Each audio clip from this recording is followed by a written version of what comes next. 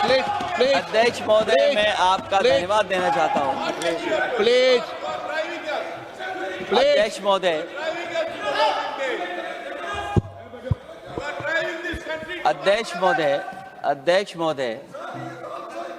अध्यक्ष महोदय, मैं आपका धन्यवाद देना चाहता हूं। आज मुझे एक बहुत महत्वपूर्ण समय पे मुझे बोलने का मौका मिल रहा है। अध्यक्ष महोदय, मैं अभी भारतीय जनता पार्टी के माननीय सदस्य को भी सुन रहा था, उनके वरिष्ठ सदस्यों को भी और माननीय मंत्री जी को मैंने सुना है, और इस महत्वपूर्ण विषय पर उन्होंने अपनी बात रखी है। समाजवादी पार्टी महिला आरक्षण के पक्ष में है और समाजवादी पार्टी का इतिहास रहा है कि हम लोगों ने हमेशा महिलाओं को आगे बढ़ाने के लिए काम किया है। हमारे नेता जिनकी विचारधारा पे हम लोग आगे बढ़ रहे हैं, डॉक्टर राम मनोहर लोहिया, उन्होंने हमेशा जेंडर जस्टिस और सोशल जस्टिस की बात की है। हम समाजवादी लोग जेंडर जस्टिस और सोशल जस्टिस के पक्ष में हैं और महिलाओं का आरक्षण 33% हो उसके भी पक्ष में हम लोग बोल रहे हैं। और ये लड़ाई हमारी निरंतर चल रही है और कहीं न कहीं आरक्षण हमारी पीढ़ी के आह्वान को और मजबूत कर रहा है। लेकिन जिस तरह की बातें हमें सुनने को मिल रही हैं, अब भारतीय जनता पार्टी नारी को नारा बनाने की कोशिश कर रही है। भारतीय जनता पार्टी इस आरक्षण को लेकर के भाजपा अपना नारी का नारा बनाना चाहती है और बदलने की कोशिश कर रही है। जिन्होंने नारी को अपने संगठन में नहीं रखा, उनके मान सम्मान के लिए कैसे रखेंगे? और अगर ये बात गलत है, अध्यक्ष महोदय, जिस पेरेंटल संगठन से आप निकले हैं उसमें मान सम्मान के लिए संगठन में कितनी नारी हैं ये बता दें आप। और इनका, क्योंकि पिछले कई वर्षों से अध्यक्ष जी ये सरकार में है और मैं सुन रहा था माननीय मंत्री जी को मैं सुन रहा था, उन्होंने बहुत सारे योजनाएं, बहुत सारे कार्यक्रमों की जानकारी दी। लेकिन अगर हम दुनिया के आंकड़े देखें, जेंडर इक्वलिटी में हम कहां खड़े हैं? हम 146 में 127वीं जगह पर खड़े हैं। और अगर हम इनके खुद के सरकारों को देखें अगर, तो अध्यक्ष महोदय, इनके 21 जगह सरकारें हैं। 21 जगह यूनियन टेरिटरी और स्टेट मिलाकर के और सहयोगी दलों के साथ मिलकर के 21 सरकारें इनकी हैं। भारतीय जनता पार्टी ये बताए कि उनके 21 स्टेट में जहां सरकारें उनके सहयोगी साथियों के साथ चल रही हैं, कितने मुख्यमंत्री इनके बने हुए हैं? कितनी महिला मुख्यमंत्री बनी हुई इनकी? जीरो। और जो दिल्ली की बनी हुई हैं, हालांकि वो हाफ चीफ मिनिस्टर हैं और वो भी महिला होने के नाते केवल हाफ चीफ मिनिस्टर हैं। नहीं, अधिकार कहां है? एक चीफ मिनिस्टर के जो अधिकार होते हैं, एक स्टेट के जो अधिकार होते हैं, क्या आपके दिल्ली की मुख्यमंत्री के पास वो अधिकार है? और फिर जो अभी तक जो सबसे बड़ी पार्टी है, जो सबसे बड़ी पार्टी अपने आप को कहते हैं, पूरे देश में जितने भी इनके विधायक चुने गए हैं, आप बताओ आपकी संख्या क्या है? 10% से ऊपर नहीं जा पा रहे हैं आप? क्या 10% से ऊपर हैं आप? और फिर लोकसभा की गिनती में अगर हम देखें तो लोकसभा की गिनती में कितने संख्या में आप हैं? इसलिए अध्यक्ष महोदय, जहां हम ये कहते हैं कि हम महिला आरक्षण के पक्ष में हैं, वहीं कुछ सवाल हमारे भी आपके लिए हैं। मैं उससे पहले याद दिलाना चाहता हूं कि कई बार लोग ये कहते हैं कि समाजवादी पार्टी विरोध करती है। अगर हम अपनी बात कहना चाहें तो डॉक्टर राममनोहर लोहिया, जिनकी विचारधारा पर हमारी समाजवादी पार्टी का आधार है, उनके द्वारा हमेशा महिलाओं को पुरुषों के बराबर की हिस्सेदारी हर क्षेत्र में देने की बात कही गई। और मैं उनको कोट करना चाहता हूं कि संस्कार का आरंभ महिला से होता है। यदि महिला जागृत है तो पूरा समाज जागृत हो जाता है। ये लोहिया ने हमारे जिस विचारधारा पे हम लोग चल रहे हैं वो हम आपको बताना चाहते हैं।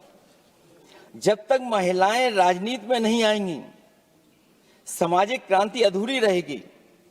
लोहिया जी ने निरंतर महिलाओं की राजनीति में महत्वपूर्ण भूमिका पर बल दिया है और समाज में वास्तविक परिवर्तन उनके योगदान से ही आ पाएगा। इसलिए मैं याद दिलाना चाहता हूं अध्यक्ष महोदय, उत्तर प्रदेश में पंचायत में सबसे पहले आरक्षण महिलाओं के लिए लागू करने का काम समाजवादी पार्टी ने किया।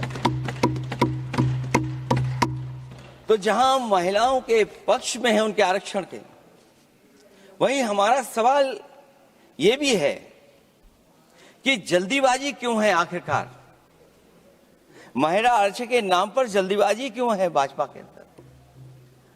सच तो यह है कि भाजपा जनगणना को टालना चाहती है, और जनगणना को टालने का मतलब है कि जाति जनगणना को टालना चाहते हैं।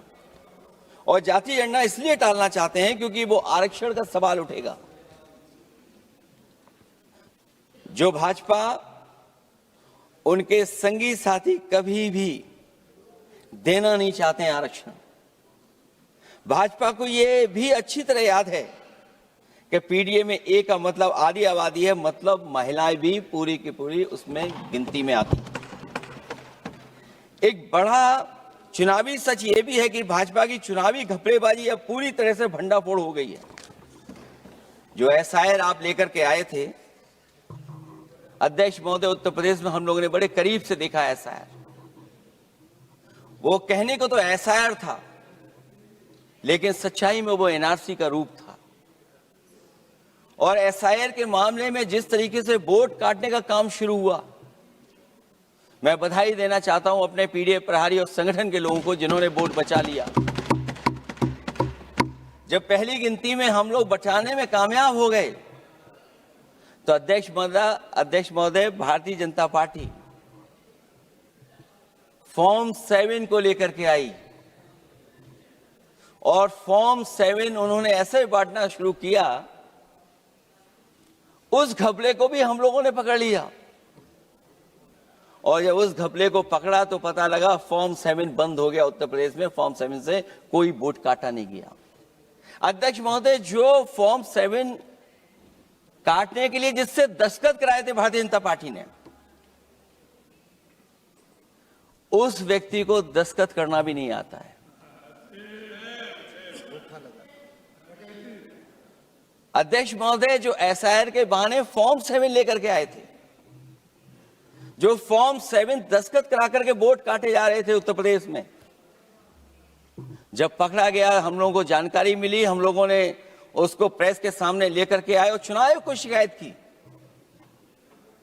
फॉर्म 7 से वोट कटना रुक गया, लेकिन अभी भी उस पर कोई कार्रवाई नहीं की जिसने उसके नकली दस्तखत कराए थे। अध्यक्ष महोदय, इससे तो लगता है कि पूरा का पूरी व्यवस्था जुड़ी हुई है भारतीय जनता पार्टी से।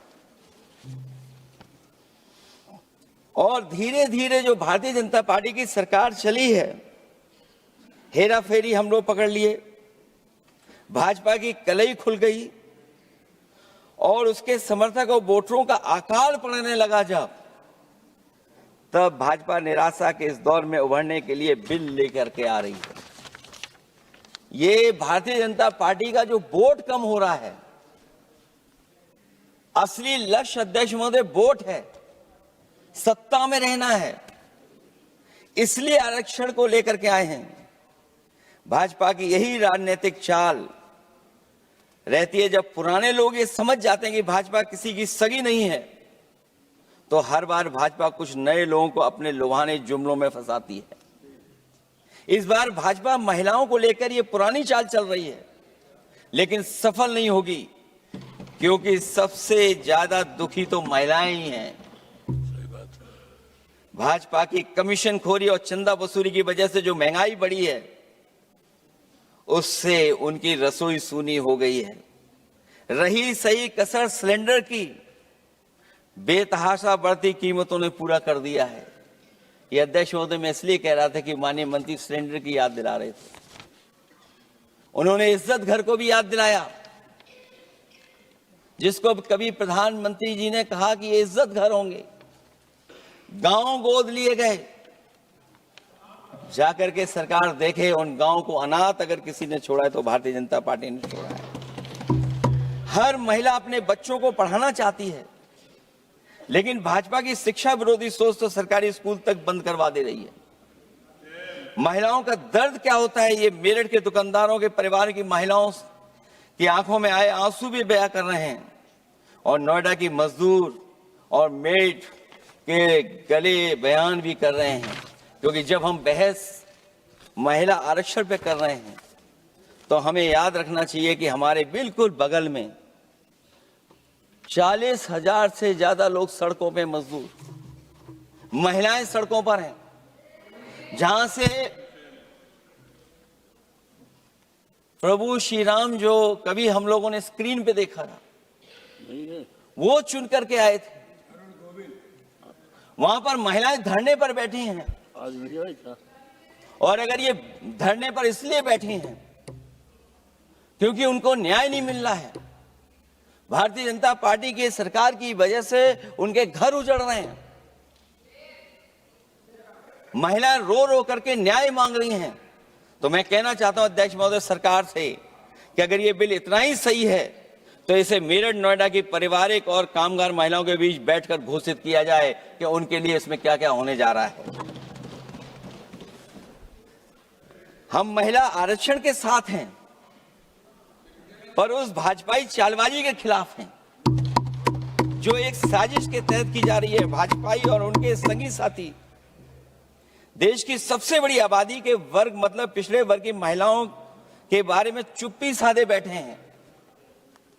ये बात अध्यक्ष जी समझ में नहीं आ रहा है, क्योंकि जब हम लोग प्रधानमंत्री जी को सुनते थे तो वो ये कहते थे कि हम पिछड़े वर्ग से आते हैं, हम आप जैसे ही हैं, पिछड़े हैं। लेकिन जब आरक्षण की बात हो रही है तो पिछड़ों की संख्या इसमें कितनी है, हमें उम्मीद है कि सरकार इस पर जरूर बात अपनी रखेगी। ये संशोधन के नाम पर जो जल्दीबाजी दिखा रहे हैं, दरअसल उसके पीछे भाजपाइयों की मंशा है कि जनगणना न करनी पड़े, क्योंकि अगर जनगणना करनी पड़ेगी तो जातिवार आंकड़े भी देने पड़ेंगे और जातिवार आरक्षण भी। ये भाजपा का एक बहुत बड़ा षड्यंत्र है, जिसमें जनगणना आधारित परसीमन को नकार कर पिछड़ों का अधिकार लूटा जा रहा है। ये लोकतंत्र के खिलाफ खुफिया लोगों की गुप्त योजना है, जो अब तक स्वीकार नहीं, जब तक प्रक्रिया के साथ हम लोग स्वीकार कभी नहीं कर सकते, जब तक इसका लागू करने का तरीका ठीक ना हो। अगर पिछड़ों की आबादी कम से कम अगर हम गिन लें कि 70%, 80% से ज्यादा है, अध्यक्ष महोदय अगर हम उनको 66% मान लें, तो इनकी आबादी कम से कम पिछड़ों की 33% होगी, आधी आबादी की जनसंख्या, जिनके हक की बात तो है ही नहीं इसके अंदर। इसका मतलब यह हुआ कि पिछड़े वर्ग की 33% महिलाएं, उनको हक देना नहीं चाहते ये लोग, हक उनका छीनना चाहते हैं। और फिर जो डिलिमिटेशन का साथ साथ लेकर के आए हैं, ये डिलिमिटेशन क्या है अध्यक्ष महोदय? ये डिलिमिटेशन